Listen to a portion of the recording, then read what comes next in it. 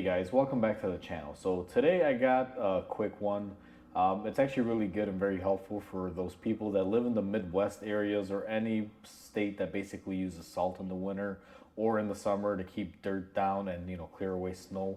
So essentially what happens here, because we are in Chicago here, is that the salt gets all over your exhaust shields and eventually starts rotting them away, and then they start making a noise. So I have this Honda Civic behind me that is experiencing a vibrating noise. And the customer has complained about it, so we're gonna go ahead and take a look and see if we can save it. Usually what I try to do is if it's an important shield that's near something major like a gas tank or something of that nature, I try to save it if I can. The majority of them, once they rot up, basically I take them off and rip them apart.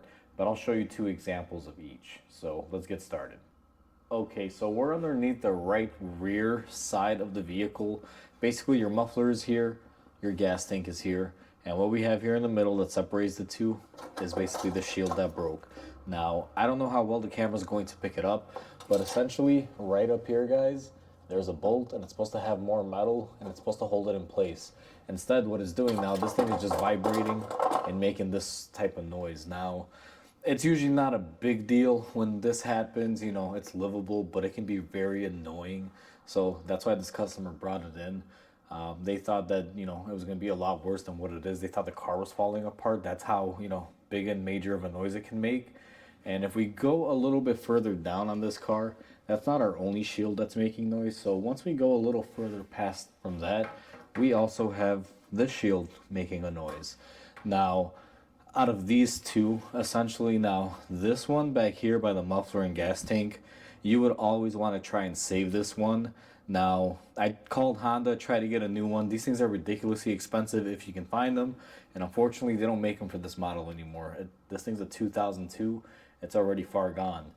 So what I'm going to implement here is basically using set screws, like self-tapping metal screws, to basically make new positions to hold it up.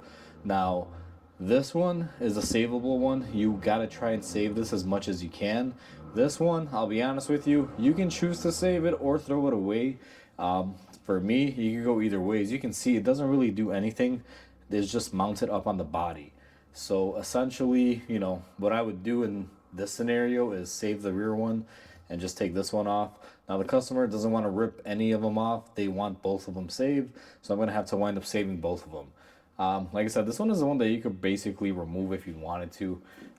It basically broke right here. This is the little mounting point.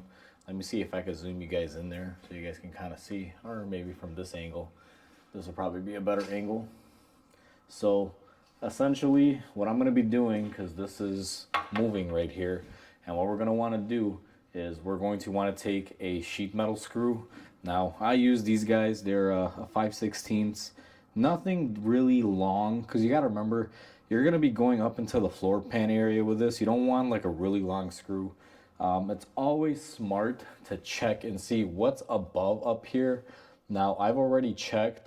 This is basically in between our trunk area, and it's a pretty thick wall, so that's why I'm using the shortest screw possible. So that way we don't get any penetration deep in there. Now, you always want to make sure that you get your customer okay to do this. Like I've explained this to the customer. I'm not just doing this out of my own, head. I've explained how it works and what we do, and they're like, oh, it's just our beater car.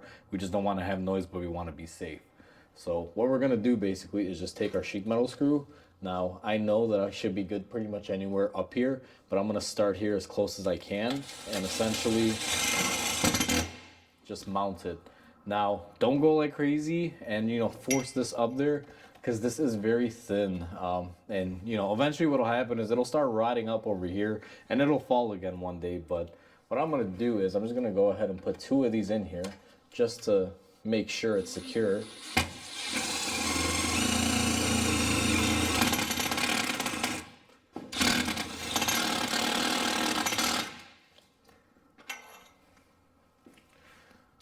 All right, so we pretty much got the backside secure. So now that we got the backside secure, guys, we're gonna move to the actual important one, the one that I want to take really good care of, the one by the gas tank and by the muffler. All right, so I got you guys set up in the back. Now, before you do anything back here, you got to make sure that there's nothing in the way, because we do have a parking brake cable here, a brake line, and there is a fuel line coming on from this other side.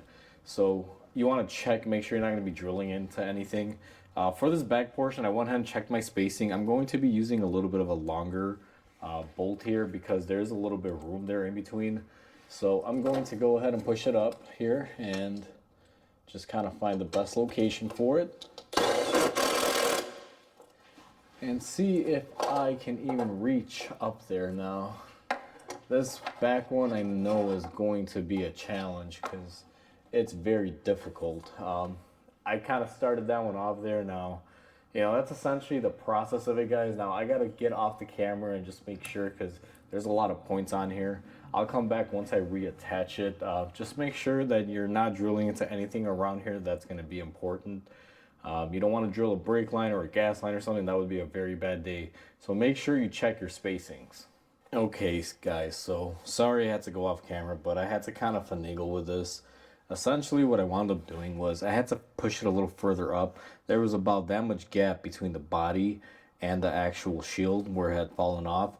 So I had to basically kind of take off the rotted areas that were down here and a little bit up here, push it all the way up, and you can see I resecured it towards the center there. So I got a line of sheet metal screws going basically up the center supporting it.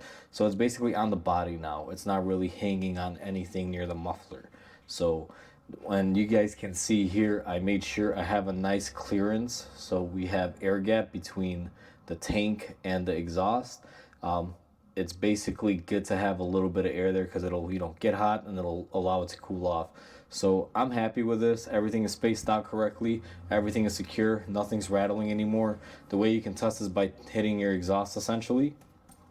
And you guys can see now, aside from some rust falling off from the flange area here, because this thing is pretty rusty, I mean, it's pretty tight. You don't hear anything rattling. So here is another example. I actually just found this right now, so I just wanted to show you guys. As you guys can see here, this is a catalytic converter, and this does have a shield on it, or what once was a shield. And as you guys can see here, it's pretty much falling apart. You can see someone at some point in time, this was rattling. They used some radiator hoses or, big clamps to basically hold it down.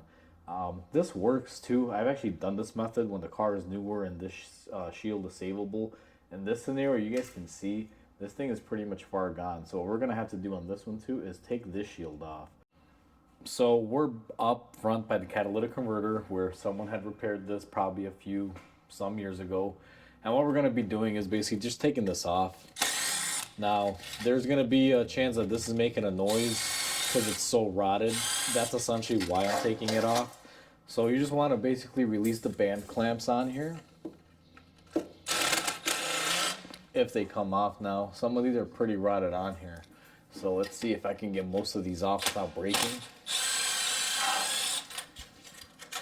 So 2 of them are off. Let's try the third.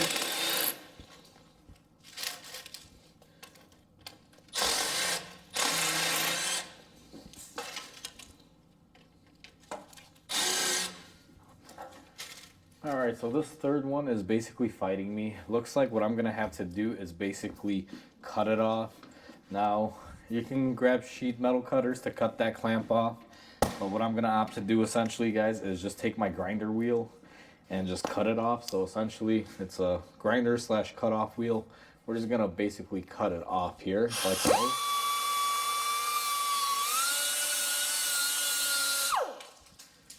And that's all it takes. And as you guys can see, this thing was just begging to come down.